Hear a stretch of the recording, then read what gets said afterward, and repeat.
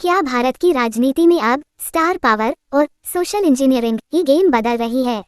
एक तरफ तमिलनाडु में एक सुपरस्टार अचानक राजनीति में आता है और पहली ही बार में सत्ता के बेहद करीब पहुंच जाता है। दूसरी तरफ बंगाल, असम और केरल जैसे राज्यों में जाति, धर्म और वोट बैंक की राजनीति नए तरीके से खेली जा रही है।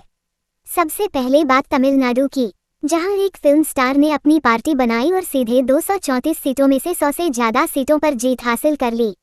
एक्सपर्ट्स कह रहे हैं कि ये सिर्फ स्टारडम नहीं था, बल्कि दलित और अल्पसंख्यक वोट बैंक में पकड़ बनाना असली गेम चेंजर बना।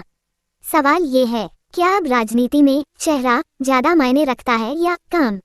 अब बंगाल की तरफ चलते हैं, जहां 15 साल से एक ही सरकार है। एंटी इनकम्बेंसी यानी जनता की नाराजगी होना तय था।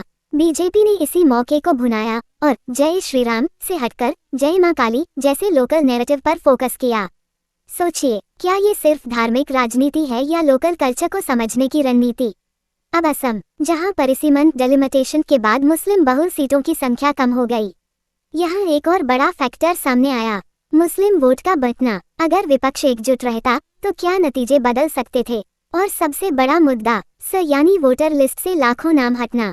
कहा जा रहा है कि इससे चुनावी गणित पूरी तरह बदल गया। अब सवाल उठता है, क्या ये सिर्फ टेक्निकल प्रोसेस है या इसके पीछे कोई राजनीतिक रणनीति भी छिपी है? केरल की बात करें, जहां मुस्लिम और ईसाई वोट मिलकर करीब 45% हैं। इस बार इन वोट्स का एकजुट होना चुनाव का बड़ा टर्निंग पॉइंट बना। तो यहाँ सवाल, क्या भारत की राजनीति अब पूरी तरह वोट बैंक मैनेजमेंट पर आ गई है? जनता पर असर क्या है? जब चुनाव जाति, धर्म और भावनाओं पर लड़े जाते हैं, तो असली मुद्दे रोजगार, शिक्षा, महंगाई पीछे छूट जाते हैं। अगर ये फैक्टर काम नहीं करते तो क्या होता? तो चुनाव शायद विकास और नीतियों पर लड़ा जाता और नेता को काम के आधार पर चुना जाता, न कि पहचान के आधार पर। अब सीख क्या है इस खबर से? राजनीति अब पहले से ज्यादा स्मार्ट और जटिल हो चुकी है।